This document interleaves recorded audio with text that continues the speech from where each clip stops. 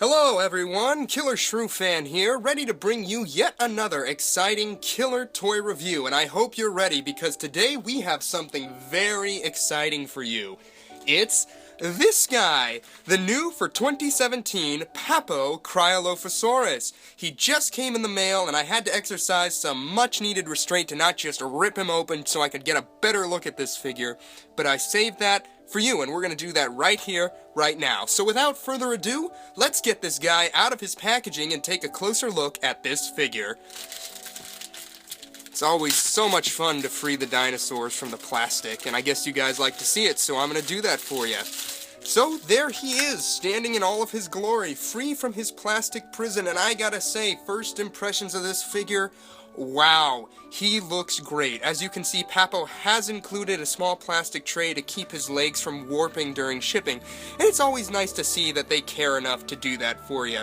So without that, there he is, and the first thing that I think is noteworthy is the pose, because when they released the stock images, there were a lot of people thinking he was going to be a tripod, but in fact he is not. As you can see, there is a gap between the tail and the floor. He is not leaning on his tail, he is balanced on those feet.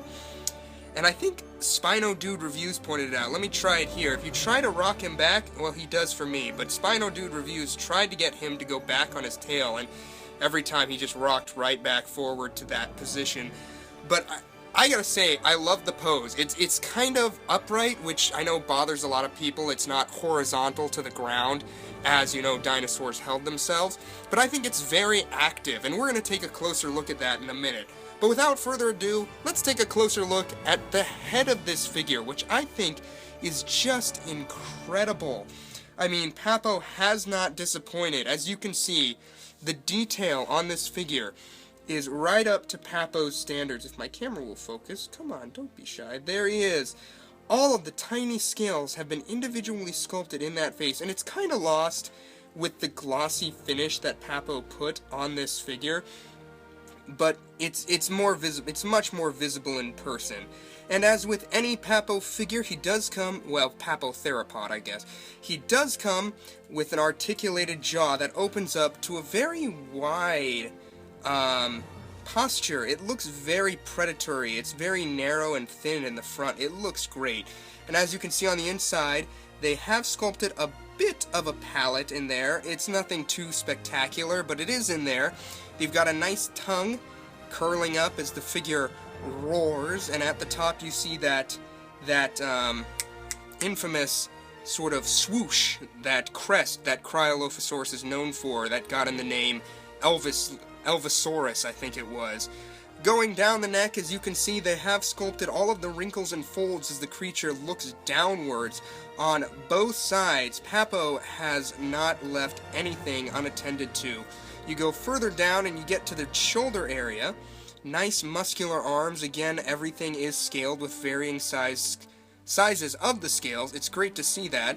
You've got some nice stretching skin here that looks fantastic as the creature pulls its arm forward.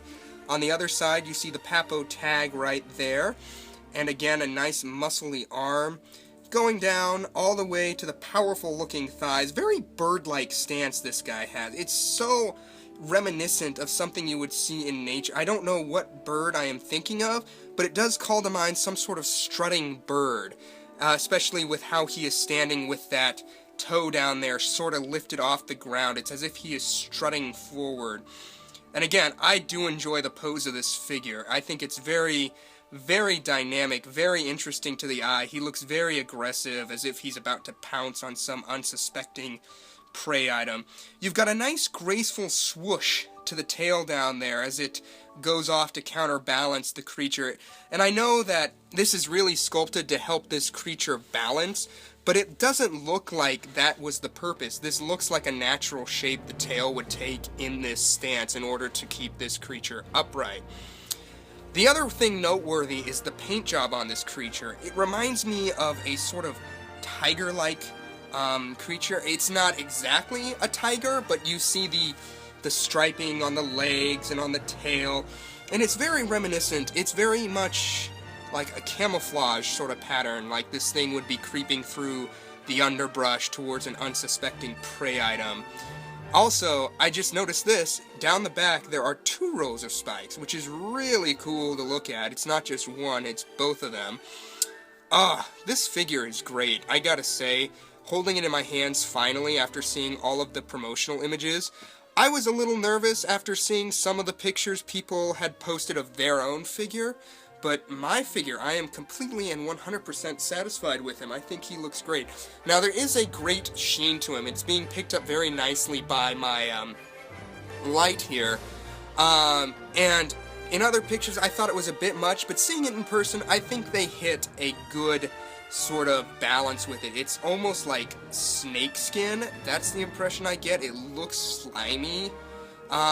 Usually I prefer matte finishes on my dinosaurs, but this works. It does. It really does. Something else about this figure that surprised me was its size. It is much smaller than I thought it would be, looking at the stock images that Papo released. But when you get it in person, it's actually not that bad. It feels good in the hand. It displays nicely with the other Papo figures. But just how big is it? Well, let's bring in our trusty dusty tape measure and find out.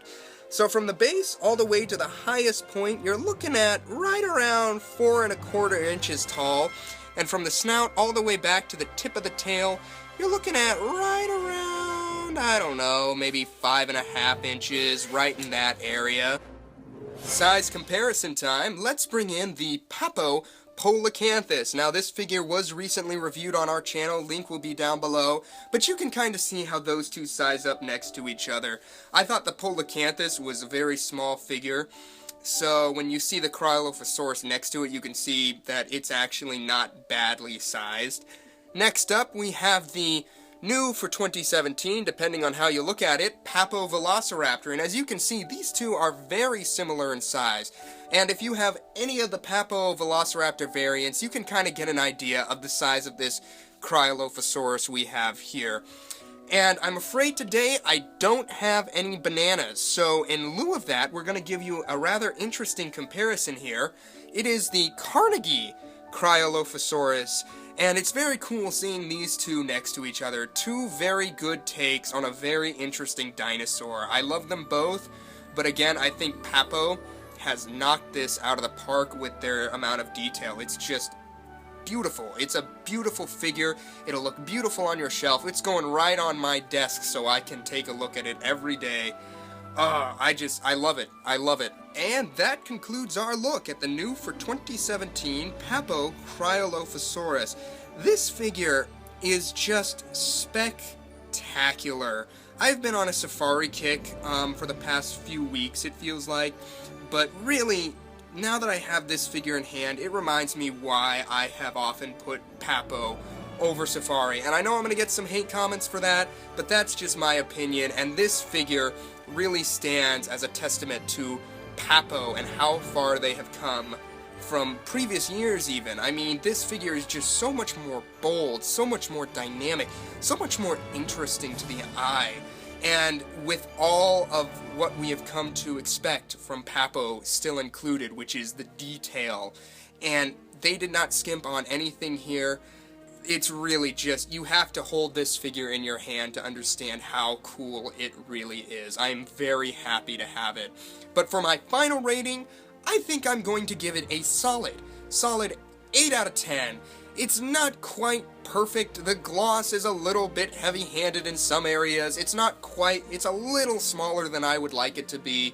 But overall, it's a great figure. I love it. I'm sure you'll love it. But I want to know down below what you think of the Papo Cryolophosaurus. Do you have this one already? Do you love it too? Are you planning on picking it up? Or do you hate Papo? Do you prefer Safari? Let me know all your thoughts in the comments down below. And as always, I hope you enjoyed our video. If you did, don't be afraid to hit that like button, give us a subscribe, and we will see you in future reviews. Bye-bye.